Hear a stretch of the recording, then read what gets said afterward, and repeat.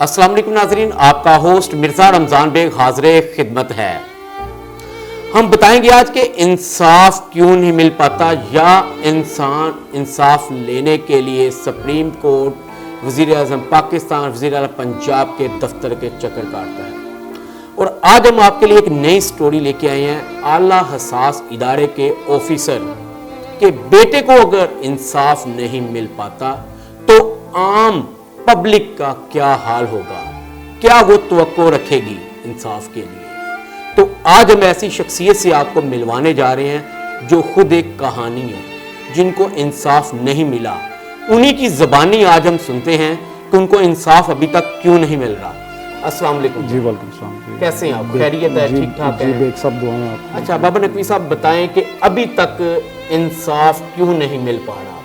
जी father माशाल्लाह जी Pakistan army के बहुत रिस्पेक्टेबल और पॉपुलर जनरल्स में से एक जनरल थे और जनरल ऑफिसर्स थे। और उसके बाद ये हुआ कि फिर बात ये है कि वो चलता गया प्रोसेस जो नाइंसाफ़ी और इनजस्टिस का था। और फिर मुझे बाकायदा एक प्लान्ड और ऑर्गेनाइज्ड तरीके से राइट ऑफ को मेरे अपनों ने करवाया, जिसमें मेरे फैमिली मेम्बर्स भी शामिल हैं, जिसमें मेरे कज़न्स भी शामिल। कज़न्स इसलिए कि रिश्ता लेने और रिश्ता ना देने पे लड़के और लड़की का इख्तलाफात हर ख़ानदान में हो जाते हैं। और फिर मेरे ख़ानदान की सितम ज़रीफ़ी तो ये थी कि father was the only officer, only Pakistan army के जनरल। मैं अपने ख़ानदान में से बात कर रहा हूँ, मतलब वैसे तो माशाल्लाह जनरल ऑफिसर्स तो और भी होते हैं। फ़ादर की इनहेरिटेड प्रॉपर्टी का ताल्लुक़ है, उसमें तो कुछ मेरे से बाई फोर्स भी मेरे अपनों ने, जिसमें ज़ाहिर है ऑब्वियसली मेरे बहन भाई और घर वाले शामिल थे, ख़ानदान वाले शामिल थे। कुछ ख़ानदान में वैसे बाज़ बातों पे इख्तलाफात हो जाते हैं रिश्ता लेने ना देने के ऊपर लड़के लड़की का।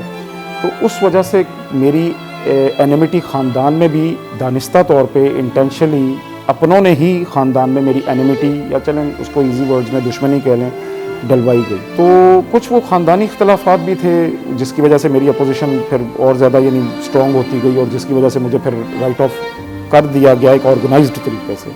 लेकिन उसके बाद ये हुआ कि उस चीज़ ने मेरे बच्चों को मेरे से दूर कर दिया। वो इस तरह से कि बच्चे वैसे तो मेरे लिए बहुत अच्छी ओपिनियन रखते हैं, लेकिन शादी के चंद साल बाद यानी मेरे बेटे की पैदाइश के बाद, क्योंकि बेटी छोटी है बेटा बड़ा है, तो उसकी बेटे की पैदाइश के बाद मुझे उन्होंने भी मेरे से एक यानी जिसे कहते हैं ना कि they got away from me. अब कज़न का अगर आप इजाज़त दें तो थोड़ा सा जिक्र करना चाहूँगा। जी, सैयदा इर्तज़ा रुबाब नकवी, जिनको आप फिल्म स्टार मीरा के नाम से जानते हैं। इनके फादर सरवर नकवी और इनकी अम्मी शफकत नकवी दोनों मेरे फादर के कज़न्स हैं।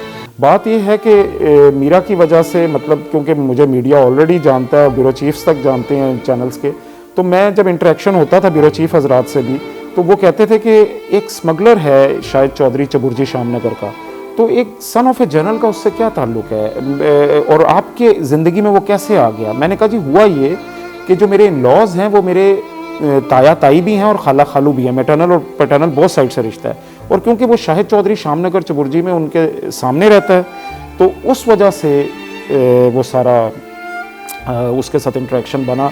फिर जब मेरे इख्तलाफात इन लॉज के साथ हुए तो उसने भी बीच में इंटरवीन किया और उनका हमसाया होने की वजह से कुछ उनके पास कुछ इमोरल एक्टिविटीज़ भी होती हैं और वो फिर उसके ज़रिए पैसा कमाते हैं। तो उसने ये भी एक पैसा कमाने का ज़रिया सोचा कि चलें इस तरह से इस बंदे को किसी तरीके से मतलब नुकसान पहुंचाया जाए और फिर मेरे इन लॉज को सपोर्ट किया जाए। अच्छा नकवी साहब, ये बता दें कि उस वक्त आपने एप्लीकेशन भी सबमिट करवाई IG पंजाब को, CCP लाहौर को भी, तो उन एप्लीकेशंस पे एक्शन क्यों नहीं हुआ?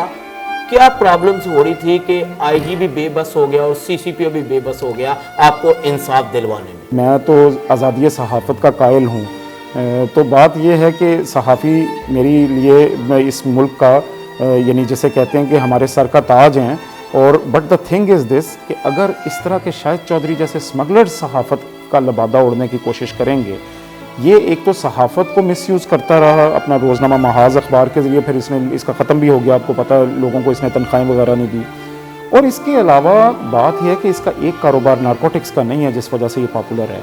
इसका भाई चौधरी सरफराज जाली पासपोर्टों का काम, जाली वीज़ों का काम, FIA भी पीछे रही है एक ज़माने में इनके, फिर चोरी की गाड़ियों का काम जिसमें ये चैसी नंबर और गाड़ी के वो जो बॉडी नंबर होते हैं, इंजन नंबर होते हैं, वो चेंज कर देते थे। मैंने साकिब निसार साहब को भी 3 दफ़ा पेश हुआ साकिब निसार साहब की अदालत में, जो ओपन उनकी होती थी लाहौर में, लाहौर रजिस्ट्री में। جی کہ آپ کے ارد گرد یہ جتنے پولیس کے سینئر آفیسرز بیٹھے ہوئے ہیں, کیونکہ وہ ظاہر ہے اس میں سب آئے ہوتے تھے, 3 دفعہ گورنر سرور صاحب کے پاس گیا, انہوں نے ڈی آئی جی کو میرے سامنے, ڈاکٹر حیدر اشرف کو میرے سامنے رنگ کیا, اور میں نے گورنر صاحب کو بتایا کہ میں جب یہ اے ایس پی ہوتا تھا میں اس کو اس وقت سے جانتا ہوں, ڈاکٹر حیدر اشرف کی بات کر رہا ہوں, جب یہ سول لائن میں ایس پی بھی ہوتا تھا اس وقت بھی میں جایا کرتا تھا. لیکن آپ اندازہ لگائیں کہ 2000 اور 1999 سے میں ان لوگوں کے اس گروپ کے نوٹوریس گروپ جو ہے نارکوٹکس والا اس کے پیچھے پڑا, لیکن میں اس لیے کچھ نہیں کر پایا کہ ان کے گھر ماضی میں سی سی پی اوز اور ڈی آئی جیز عام آتے رہے ہیں, بیٹھتے رہے ہیں, جو کہ میرا بیٹا بھی دیکھتا تھا, میں بھی دیکھتا تھا. بات یہ ہے کہ اب ایک بندے کی امورل ایکٹیویٹی کرتے ہوئے آپ کے پاس مووی پڑی ہوئی ہے, کس میں ضرورت ہے کہ اسمگلر صاحب کو کچھ کہا جائے. یعنی وہ تو بلکہ مجھے الٹا تھریٹ دیتے تھے سینئر پولیس آفیسرز کے, خبردار جو چودھری صاحب کے خلاف آئندہ اپلیکیشن دی. یعنی میں سی سی پی او کے دفتر میں بیٹھا ہوا ہوں اور میرے صاف ستھرے کپڑے تھے اور مجھے کہا جا رہا ہے مارنے کے بہانے سے ایک ہی لگا ہوا تھا, ایک ہی لگا ہوا ہے, مٹی صاف کرو, کندا چے بج دیو.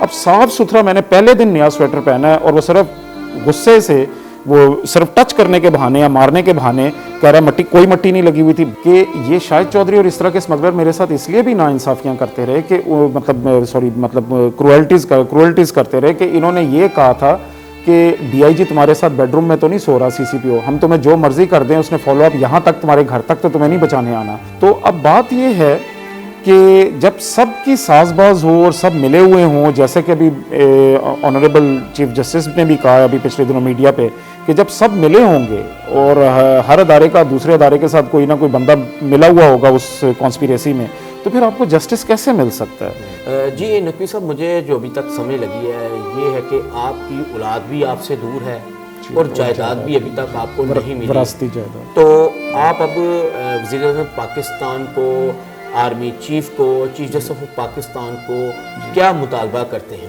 آپ لوگوں سے امیدیں ہیں اور آپ لوگ میری لاسٹ ہوپ ہیں, اور اللہ کرے کہ یہ ہو جائے. میں پھر اپیل کروں گا اپنے فادر کے ادارے کے چیف سے, جنرل قمر جاوید باجوہ سے, کہ پلیز ہیلپ می آؤٹ, کیونکہ اگر ایک سن آف اے جنرل سڑکوں پہ رول گیا انصاف کے لیے, تو ایک عام پاکستانی کا ادھر کیا ہوتا ہوگا. تو میری مؤدبانہ اپیل ہے جی چیف جسٹس آف پاکستان سے, وزیر اعظم پاکستان سے, صدر پاکستان سے, چیف آف آرمی اسٹاف سے, قمر جاوید باجوہ صاحب سے, کہ پلیز ہیلپ آؤٹ. اب فادر کی ڈیتھ کو 5 سال ہو گئے اور اب تو میرے پاس یہاں تک کمی ہو چکی ہے, یعنی چھت تو میرے پاس ہے ہی نہیں, لیکن اب تو میں کھانے پینے سے بھی رہ گیا ہوں. اور میں جس طریقے سے گزارا کر رہا ہوں ہینڈ ٹو ماؤتھ, میرے بچے میرے سے 29 ایئر سے دور, وہ بھی اپنی مشکلوں میں پڑے ہوئے ہیں. تو اب فائنل ہوپ میری آپ صحافی بھائی ہیں, you are the 4th pillar of this nation, اور بس میری آخری امید آپ لوگ ہیں, اور یہی میں کہنا چاہتا ہوں کہ میری مدد کی جائے. جی بالکل نقوی صاحب, یہ ہماری ذمہ داری ہے اور ہم انشاءاللہ تعالیٰ آپ کی آواز بنیں گے, اور باقاعدہ ارباب اختیار سے بھی ہماری اپیل ہے کہ بابر نقوی صاحب کی ہیلپ کی جائے اور ان کو انصاف دیا جائے. ہماری آج کی ٹاپ سٹوری کا مقصد یہ تھا کہ ان کو انصاف دیں. کہاں پر وہ ادارے ہیں, کہاں پر چیف جسٹس ہیں, کہاں پر وزیر اعظم پاکستان ہیں جو ابھی تک ان کی طرف توجہ نہیں دے رہے, اور یہ ابھی تک انصاف سے محروم ہیں. ہماری آج کی ویڈیو یقیناً آپ کو پسند آئی ہوگی. ہمارے چینل کو سبسکرائب کیجیے گا, لائک کیجیے گا. اپنے ہوسٹ مرزا رمضان بیگ کو اجازت دیجیے. اللہ حافظ.